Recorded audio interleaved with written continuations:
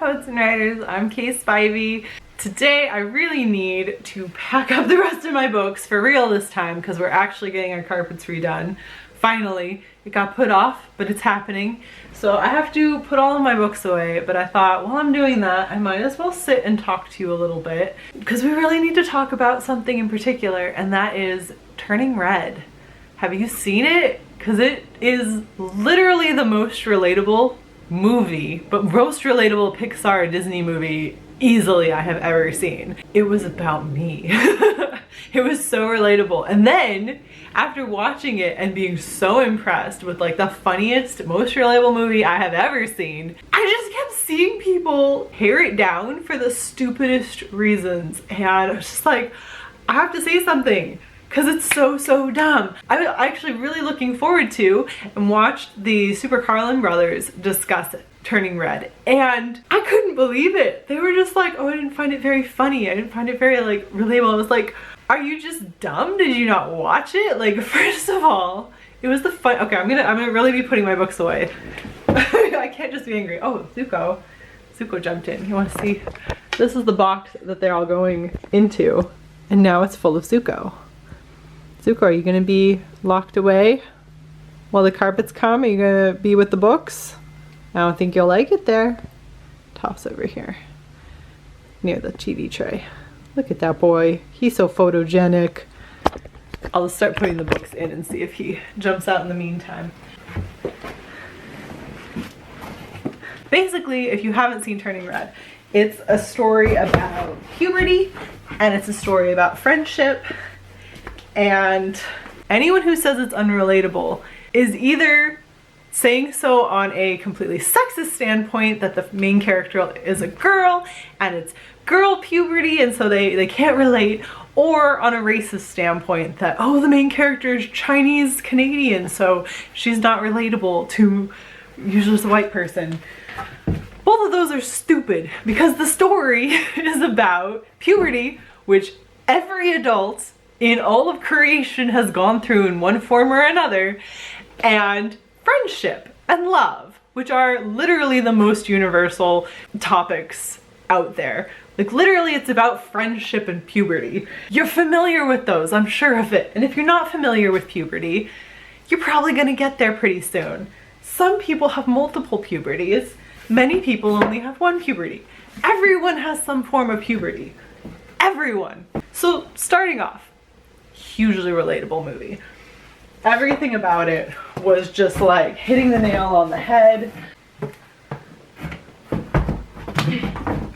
And for me it was extra relatable because it just so happens that I was exactly that character at that age. Like at 13, I was telling my husband, like, I was literally her tallest friend. That was me. It was just a story of my life.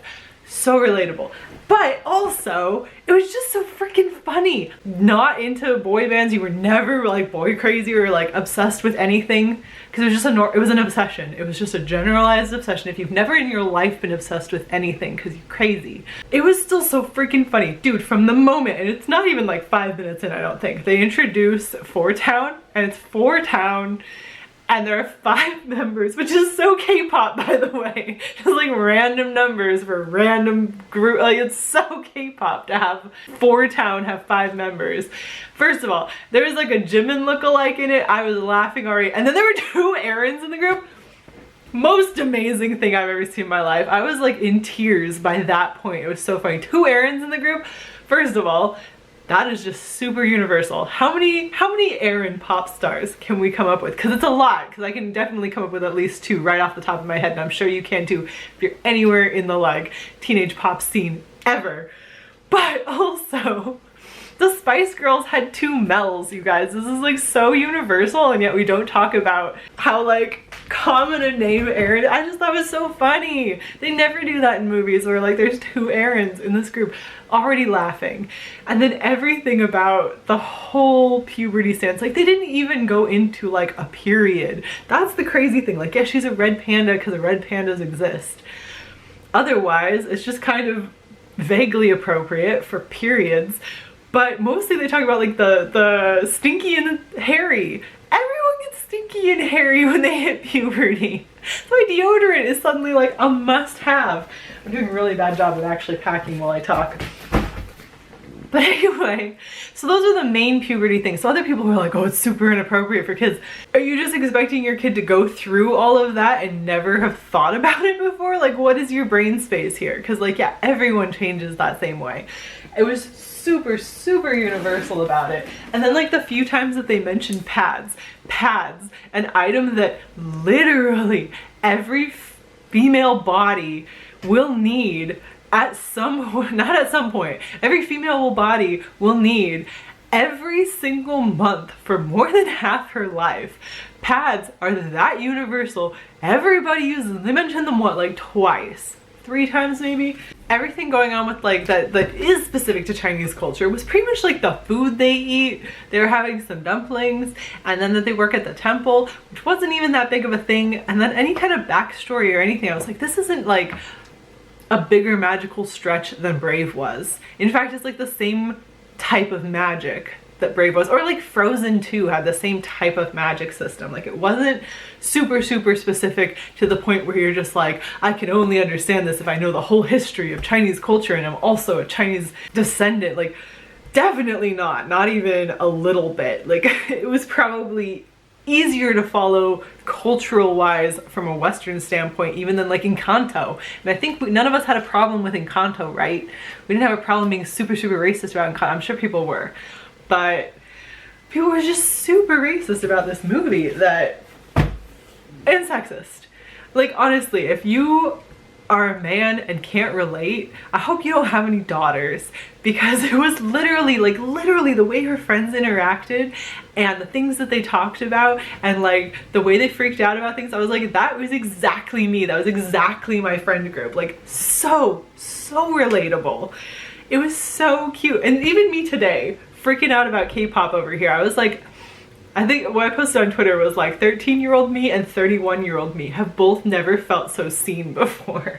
Like it literally felt like someone had like looked at my life and been like, here's your life, here's your choices, I'm gonna make a movie about it. And I was just like, thank you for seeing me. We let men have all of these movies that are so unrelatable, that are just like dorky guy who's kind of a putz and nobody likes because he has a bad personality, suddenly becomes everybody's favorite person through the power of like everyone else being like, yeah, I guess we have to give him a chance even though he kind of is an asshole and he doesn't even have to change.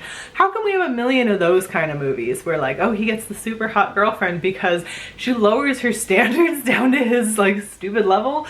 So many movies like that literally not relatable at all. Like lowering your standards for some putz who does like one nice thing but hasn't been that great for the rest of time and space. Yeah, how come that's considered a relatable movie like universally? And how come one like this that literally is about something all of us have been through, puberty, and just general like love and acceptance, is considered not? And I told you why at the beginning, and I think we all kind of know that that's why. For anyone who's been like, why didn't I like click with this movie or something, like, did you think about it in that sense? Did you think about the fact that like it's talking about these super, super universal concepts? Like what part then did you not get? Is that not your brand of humor? I thought it was freaking hilarious from beginning to end. And then there's also the people, I guess the other group that wouldn't like it is like super religious extremists who like, if you're the type of person who was burning the Harry Potter books because they were about witchcraft, then yeah, you're not gonna like this. You probably don't like most Pixar movies. You probably also didn't like Brave. And if you did like Brave and didn't like this one, then you're back in the racist category. Easy. Like 3 categories now. Religious extremists, oh, let's do it this way. Religious extremists, sexists, and what was my other one? And racists are the people who wouldn't enjoy this movie. Like if you're not in one of those categories, you probably found it really funny and you probably found it really relatable because it was all of those things. I guess I feel like I'm in a rage about the Super Carlin Brothers having like one of the most prominent channels, and them saying like, oh yeah, couldn't relate basically to this unbelievably relatable movie. It put me in a rage. I'm just like raging about it because Why would you not relate? Doesn't one of them have a daughter?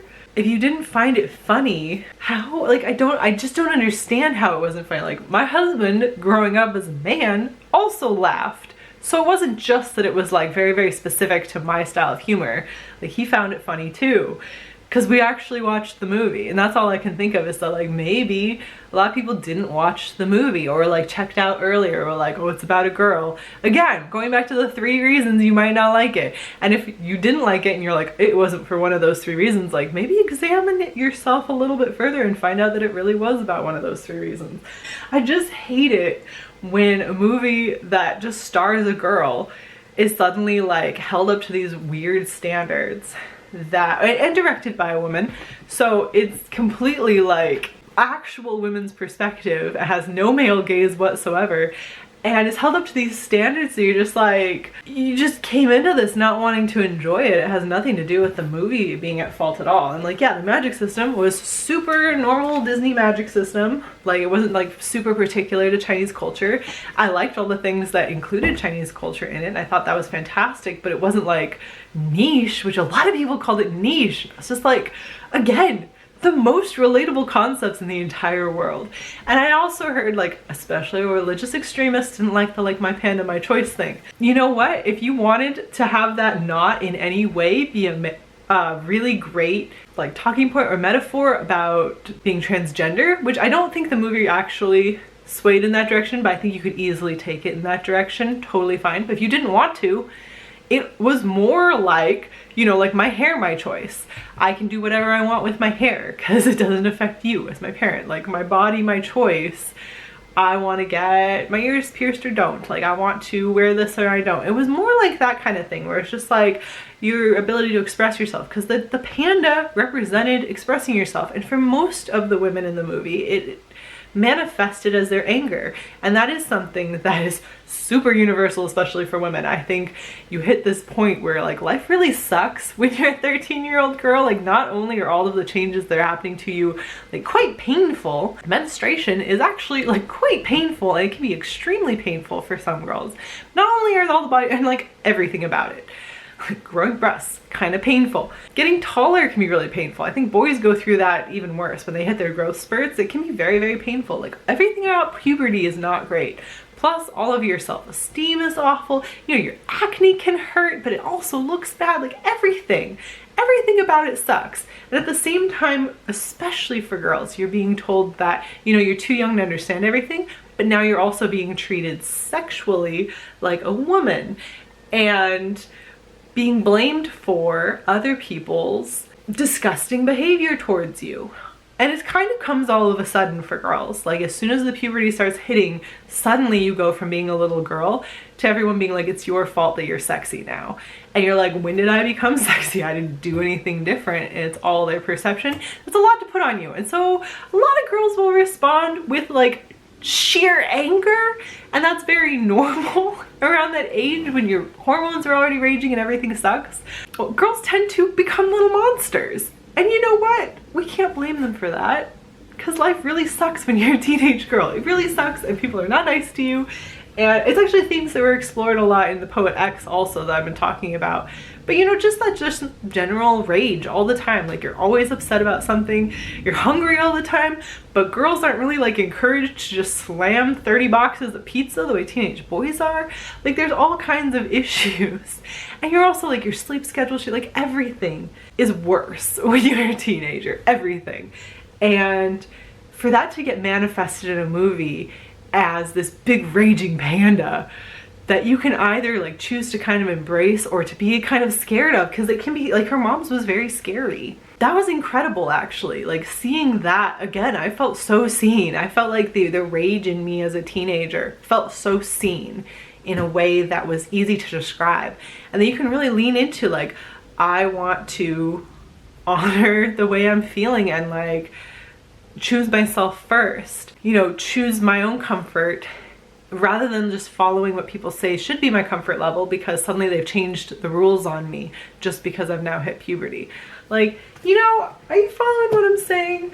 And I just think it's kind of irresponsible for especially men to come into it already deciding that they don't like something and then saying, oh, it's super unrelatable, and passing that message along to people. I kind of knew that they would do that. I know I'm raging against Super Carlin Brothers, but I also like, they will go to such lengths. They will stretch their arms so far to try and make some kind of random ass theory work. Like literally the hoops they tried to jump through to just make Crimes of Grindelwald just flat out make sense at all. Like they were like doing cartwheels backwards off a cliff to try and make that, the plot of that movie, just somehow make any sense at all, and then finally put out an apology video after everyone kind of universally realized how bad J.K. Rowling is. And recently they're just kind of slipping back into the like, oh yeah, we still like Harry Potter though. I've unsubscribed. I'm not interested in their theories anymore. I've unsubscribed.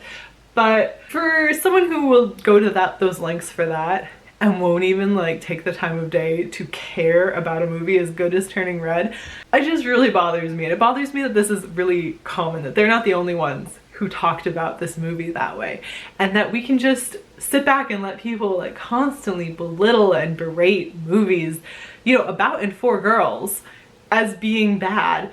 But then when a movie that is kind of about and for girls but is like super universal on all of its themes, and we can just let people say, oh, it was too niche, I didn't enjoy it, I didn't watch it, I didn't give it a chance because it's too niche, that we can just let people do that, that's infuriating. Like, is this not the year 2022? Like, are we not past that? And if people are going to just act that way and think, oh, it's totally fine to just ignore a movie for none of its own merits, for just, you know, not feeling like it because it's about girls, and it kind of made me feel squicky to have periods mentioned. Like, they didn't even say the word period. Like, for all of those things. And we can just let people just say, like, those people are bad journalists. They're bad at what they're trying to do. Why are we still giving those people a job if they can't even be bothered to do their job in the first place, I guess? Okay, I'm trying to calm down my rage. I'm not even doing what I said I was going to be doing, which was packing these books up. I'm working on it. Oh, I feel so angry. But like, you see what I'm saying about it though? Like, that we just let that kind of thing happen. And I think the more we like rage against it, we gotta rage against this machine, you guys. We gotta rage against it. Because if we don't all unleash our inner panda and force people to just like come to terms with the fact that like this stuff is super normal and you can just enjoy it without berating it on any like made up nicheness that you've decided it has by just like looking at the commercial. Like, if you can just appreciate a movie for a movie, like watch the whole thing through and be like, yeah, that was freaking hilarious beginning to end, it was so funny. Would the world be a better place? Wouldn't we all understand each other a little bit more if we could just talk about periods and not have it be something where people are like, oh, I'm squicked by that? Like, great, I'm squicked by it every single month when I have to just bleed and know that every other woman around me is also bleeding and still coming to work and still doing everything because men just don't want to think about it. Like, really, there should be time off to just deal with your extremely painful periods. And no, that's never gonna happen because men are like, I don't want to have to think about it every month. Neither do I, but it still happens, so you're gonna have to think about it too. You know, we could just all accept the fact that this is so universal that men should have to think about it too. All right, let's just get to that point in our lives, you know? Let's just get there. Like, literally. And I'm not saying like men and women are the only, like, I think I've been using two gendered terms also talking about this. Women are not the only ones who menstruate. Everyone who menstruates can understand the pain, and everyone who menstruates should be allowed time off work. It's not just women. But yeah, oh man, okay, I worked myself up too much. Okay, my battery actually got really hot, but let's see. So I've got that much done. I still have this shelf and that shelf and that shelf, and then all of these. So I actually haven't accomplished that much while I've just been raging. But yeah, what did you guys think about Turning Red? Like, did you watch it? And if not, what are you waiting for? Like, it really was funny. Like, the whole boy group thing, the whole like drawing the fan art. I was like, oh shoot, too relatable. Because I was writing fan fiction, but like, it was the same concept. Oh, so funny. And just like, nobody talks about this. And there's no reason why people don't talk about this except that for some reason it squicks men out. You're not the only people in the universe. You know what squicks us out? Watching women get raped and killed on television on every freaking thing in every movie. Like every cool action movie, some woman is going through some kind of awful circumstance because men think that's somehow acceptable, but somehow talking about periods isn't. It's ridiculous. It just is. And it bothers me. I think we should just hold everything to a higher standard, including the people that we listen to on YouTube, or the journalists that we read, or even the people's opinions that we follow on Twitter. Like, we should just hold people to a higher standard of not being completely stupid or sexist, racist, or, you know, religious extremists. Those are the people I'm not interested in following anymore, because Jesus Christ.